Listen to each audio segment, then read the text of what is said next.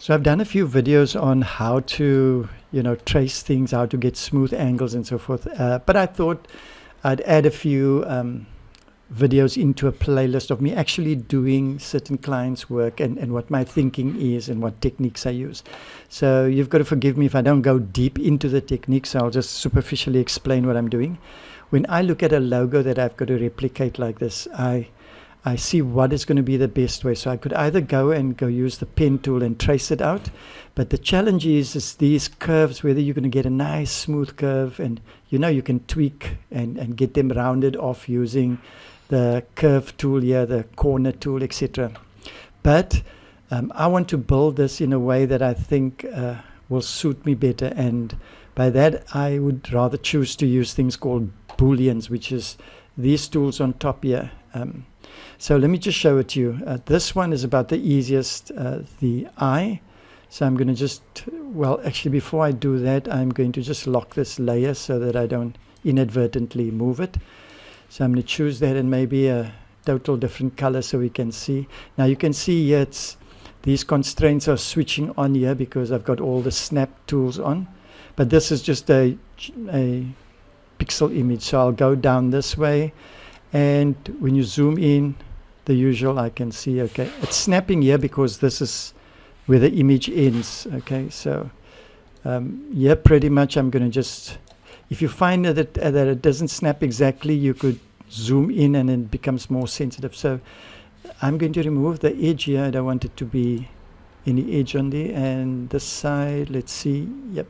Okay, so that we've got fine, and I'm going to just call that the letter I, and then I am going to disable that, okay, because I'm pretty much sorted out with that.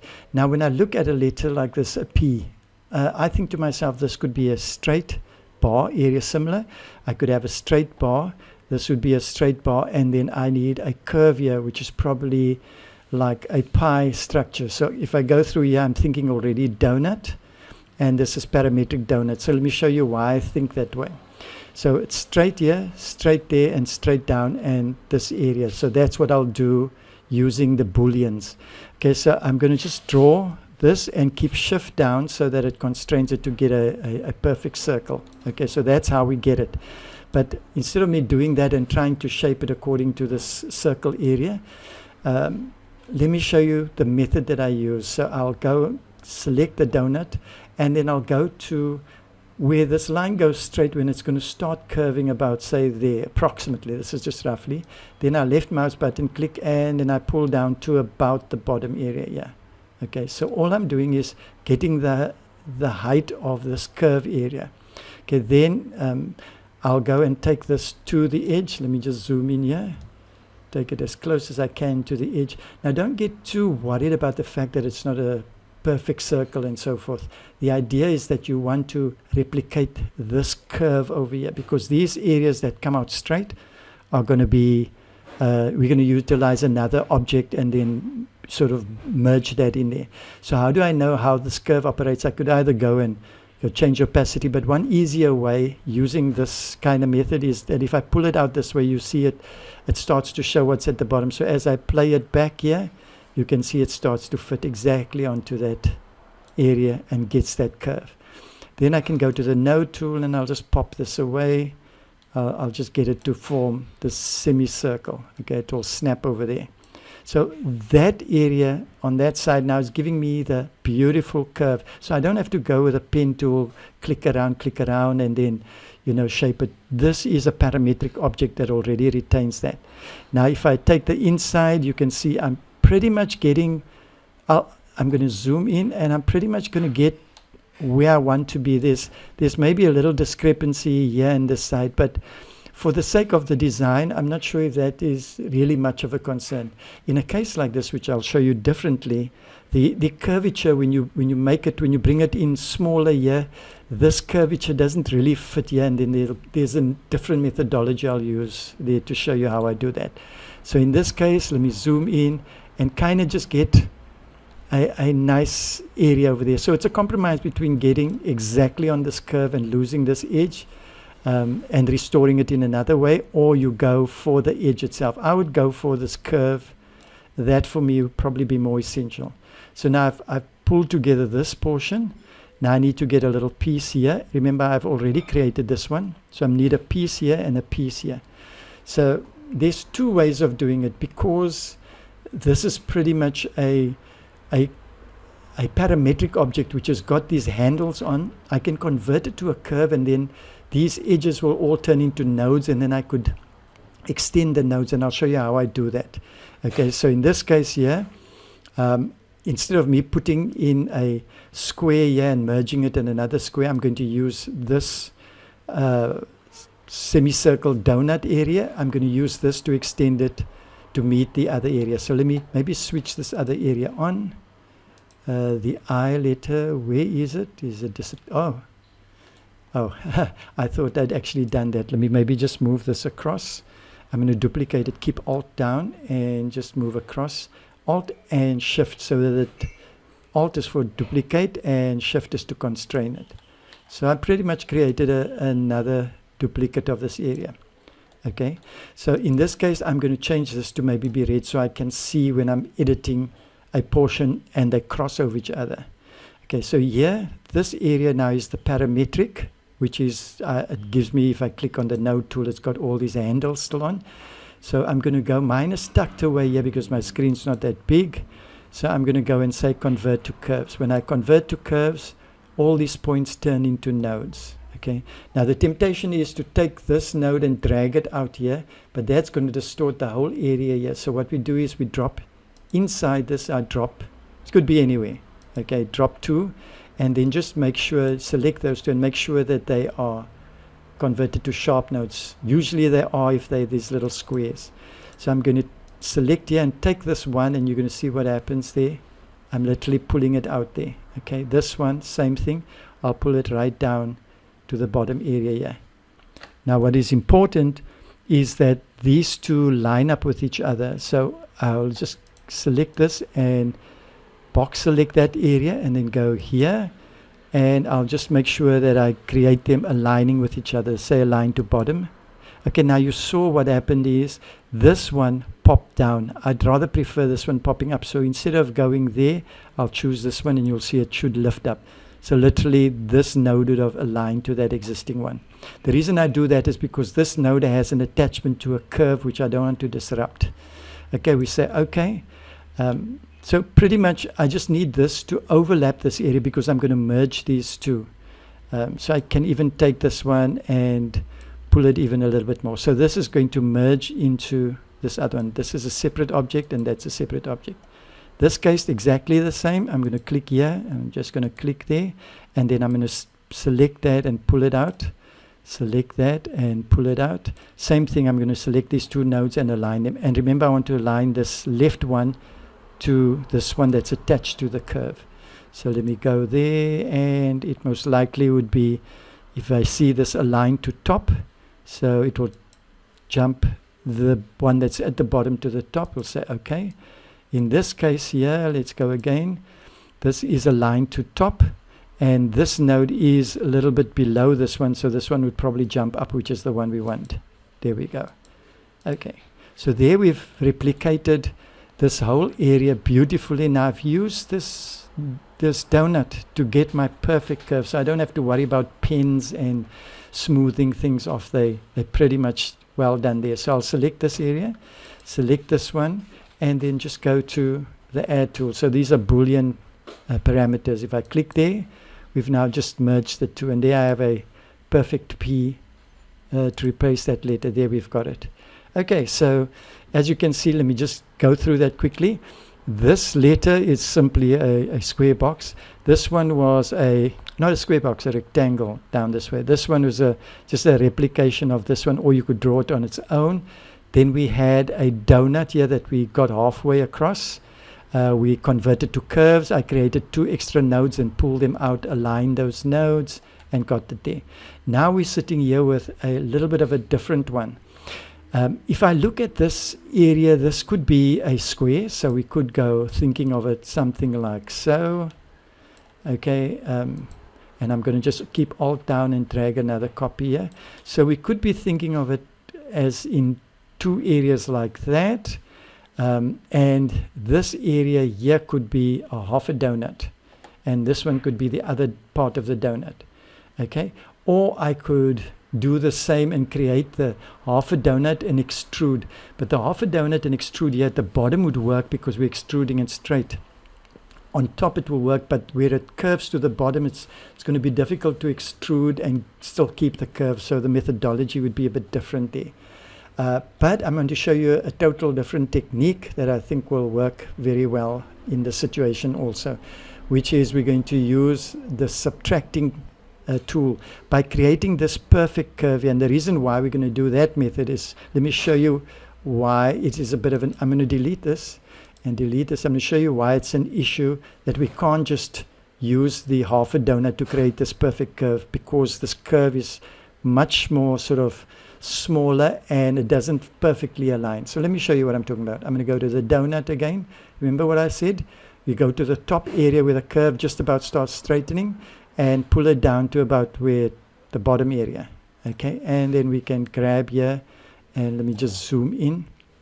Again, don't get too anxious that this thing is distorted, because when you pull out on the other side, you pull it excessively, you'll see it will lose this area, and you can slowly bring it back and it will align to that curve. So there you've got the perfect curve. Then what we do is we do the usual. We want to create halfway up this area. Okay, now here's the point that I was bringing. If I pull this together, I'm going to zoom in here. Can we see what's happening? If I get to this area now, I'm way off target on this curve area. So what's going to be my strategy here is I'm going to make it smaller, and I'm going to place an object over here that's going to subtract from this to create a better object, cutout area. So what would be the object that I can use here? You know, some people will go and click there and create a round, but you're not going to get a perfect round area without top class skills. So let me show you how I would do it. I'll go with the pen tool, and because this is nicely aligned here, it's going to give me even a alignment tool here, because all my snaps and that are on. I'll just click here, keep shift down to constrain it, and click here. Okay, you see I've got nothing in as an outline, so let me create a black outline, and then the stroke. Now here's important, if I have the cap in as square and I make the stroke like this, it's going to come in as a square object like this. The one I want here is this rounded cap. Okay, so if I just go there and grab this, that's the rounded cap that I want. Can you see how beautifully it aligns in there? Okay, so that's what I want to be able to subtract this area from another area that I have here. Okay, so let's see how we're going to do this. I'm going to take this area again, and I am now going to, oops, Control Z. I am going to now move it far over this area. I don't have to worry about if I switch this thing off here, you'll see it's made a small area, not exactly we want, but when I put this on, I know this area is the area where it's going to do the cutout. Okay, hopefully I'm not confusing you too much at this stage. I'm going to go maybe with 36 or maybe 37 and just pop it a little bit down there. Okay, so I know that will cut out effectively. In this case here, I'm going to just disable this so we can see where we're working. So the next one is I need to get an area that is going to extend this way. So I'm not going to do the same when I create the nodes. What I'm going to do this stage, I'm just going to go and you see I'm drawing a block here, but this block has got a outline that's very thick. So let me just go to the outline and make it invisible, and I'm going to change the color so I can see when it goes to overlap. So I'll just pull it. Don't worry to take it exactly right from the word get go. It's kind of just putting it in place first. In this case, I don't have to worry about following this line of the original, because this little object here that I put in is going to cut through everything for me. So I will go down here and just take it right down into this area. So the important thing is that this edge must perfectly touch on here, or even overlap. You could even overlap it, but it mustn't have any gap in between, because if it has a gap, then when you merge these two, it's not going to merge properly and it's going to stay two independent objects. Okay, so let me show you what I'll do at this stage. I'll go and I have this selected. I can press shift down and I can select this object. What it's going to do now is I want to merge these two together. Okay. And like I said, I don't have to worry about this loop area, because this curve that I've had there is I'm going to use that to cut it out exactly to open that area. All I'm trying to do is create a continuous outline area that follows this zone. Okay, maybe I should just finish the entire thing first, which is how I would do it. I'll just select this, keep Alt down and drag it down here and do exactly the same. So I'm going to position it, say at the bottom. Just going to get that positioned well. And in this case here, I'm not going to even worry to try and, not going to get it aligned here, because I'm going to use the same idea of having a half a donut here. Because remember, when you look at a structure like this, you're going to look at the curve and see what parametric object, what of these structured objects you have that's got that perfect curve. So you don't have to try and trace it with your pen as such. Unless it's totally necessary, then you've got to do it with a pen. But if you have a perfect object already, just use the objects and do this technique. So instead of me now doing another donut on its own, I'm going to just take this one. I'm going to press Control C to copy, Control V to paste, just the usual, and then I'm going to use flip horizontal. Okay, so it creates one like that. So I've just replicated it that way, and I bring it in here. And often you'd find that it kind of will fit in very close to, sometimes the bottom of the S might be bigger, then you just got to do an adjustment. But in this case, it pretty much fits because of the symmetry of this particular S that the client is given. Okay, so let's look here. You can see if I hover over here, there's an overlap between this object here and here's which we want. It's either going to be perfectly attached to each other or overlapping a little bit. If I scroll down here at the bottom, once we merge it together, we want to not have, if there's an overlap here, there will be an extra node which we can remove. It's not a train smash. So here now, the main thing, I'm going to just bring this curve back in. That's the one. Where's the other curve? Oh, I haven't put in another curve yet. Let me just put in one. I'm going to take this one, press Alt and just, Alt and duplicate it. But now I need to switch this off so I can see what I'm doing here. And possibly switch this one off so I can just see. There we are. I just want to see and position this one exactly. Hopefully you're getting the idea now that I'm using this tool that I'm going to subtract from the S that I'm going to create in there, and that literally is going to give me a beautiful curve there. Now I might have to up this, maybe say 38, let's see. Yeah, sort of get it around. Remember, there's going to be a little curve there that we might have to tweak, but that's a little work needed sometimes when the S is not a kind of a perfect area. Okay, so these two curves, let me just switch them off and then switch these ones back on, which is the other one. There we go. Okay, so we've got this covered here now that it's going to take around. We're going to join all of these pieces together, and then we're going to take these two, the black lines here, and we're going to subtract them to create the beautiful curve. But now, before we start that, before we join it all, there's this part that's missing here. How would one go about doing that?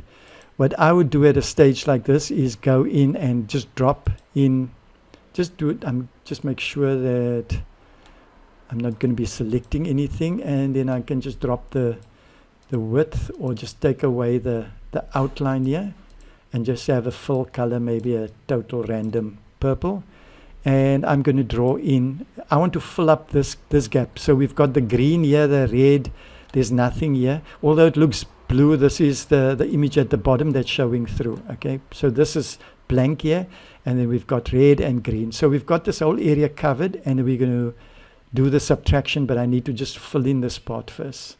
Okay, so I'll just draw a little area to start off with, and then let's, instead of me going now and trying to position it all exactly, what I'll do is I'll go and start off with converting this to curve so I can get nodes to just close this gap. Okay, so I'm going to go convert to curves and then click on nodes and then just take it up there. Because this is like an object, and I've got snap on. If you look at snap here, I've got all the features set up here. You can just have a look what I've got on there if you don't have the same, and maybe set yours that way. But I'll go up there now, and I don't have to worry about going past into this area because I'm going to merge everything, okay? I just need to make sure that the edges is going there, and then I'll take this down. Let me zoom in here. Just take it to that. And it's aligns perfectly over here because it's snapping to that object. In some cases, as it curves, it might not snap exactly, and then you can just overrun it into this area. Okay, so let me zoom closer. So that's where it is, and maybe I'm going to just go a little bit over. Okay, in this case, let's see again. So I'm not going to go snap to this curve here necessarily. I'm going to go and I can snap to this particular area over here. Okay, so this is what I can do. If there's any discrepancy areas here that needs to be cut out, this black curve, these curves are still going to meet up with that area. So I can switch that on and maybe get back here, maybe get into that area. Okay, so hopefully I'm going to switch this black curve off again. Hopefully you get the idea. I'm literally building the perfect area on the outside as it comes. I'm closing up that area. And on this side, I've got a perfect curve that comes in a straight area. So all these things are right. All I have to do is insert that black area and let it cut out the perfect loop area here now. But before I do that, I'm going to have to join all of these. So I'll go into this, and I'll select this and keep shift down and select the second object. You can select them in the layers also, and then I'm going to go and say add. Okay, now let's have a look at this. This is what I was warning about. Can you notice that there is a discrepancy line here? There's something not happening properly here. Okay, so what I'd suggest, you go Control Z. What I'd suggest is, if that happens, you take it and you run it right across. Okay, don't worry about this little overrun edge here. We're going to always sort that out. Then we select the two, and if I go add, that's what we want. So we've now got a beautiful perfect merge, and if I come here now, I can go click on there and delete that little overrun, and there we have that area restored. And then of course we can select these two areas to align these two nodes. So I want this node will be a little bit higher than this one. I want this one to come down and match that one. So when I go there, let's see if we hover over here, it's going to say align to the bottom. So if I click there, it literally will pull this one down to align with that one. Okay, so here we've got one object now. Now I'm going to do the same, select here, and select here, and let's see if it can join all of them. Say, okay, there you see it's beautifully, it's brought all of those together. It's all in one object now, and that's what we want. Same thing here, we're selecting this, which is this entire object plus this object, and we say merge into one. Okay, so it literally takes on whichever color of priority. So there was a green here, and it just took that over. Now we're sitting with everything is perfect on the outside here and around over here. The challenge is these curves here. But remember, we've put this there already. So I put that there and that there. And to get this to the front, we could either go and click move to the front, or I did another tutorial where I showed you can have quick keys, which is Control and the right square bracket to move it right up. And if you go left bracket, it shifts down again. So we're bringing it right up. And we're going to click here, and we'll use this tool just to bring it right forward. So now we've got to take this and subtract it, the black, subtract it from this area. The only challenge is because the black is an actual stroke. You can't subtract a stroke from another vector. You've got to convert this into, you actually got to expand it. You've got to have an object that's got an outline and a fill also. So how to get to that? You'll go to layers, and under layers you'll see expand stroke. I use it so much that I've got a shortcut key E. So I'll go expand stroke, and you see it's turned it now into an outline and a fill. So in this case here, I'm going to select and just press the letter E, exactly the same.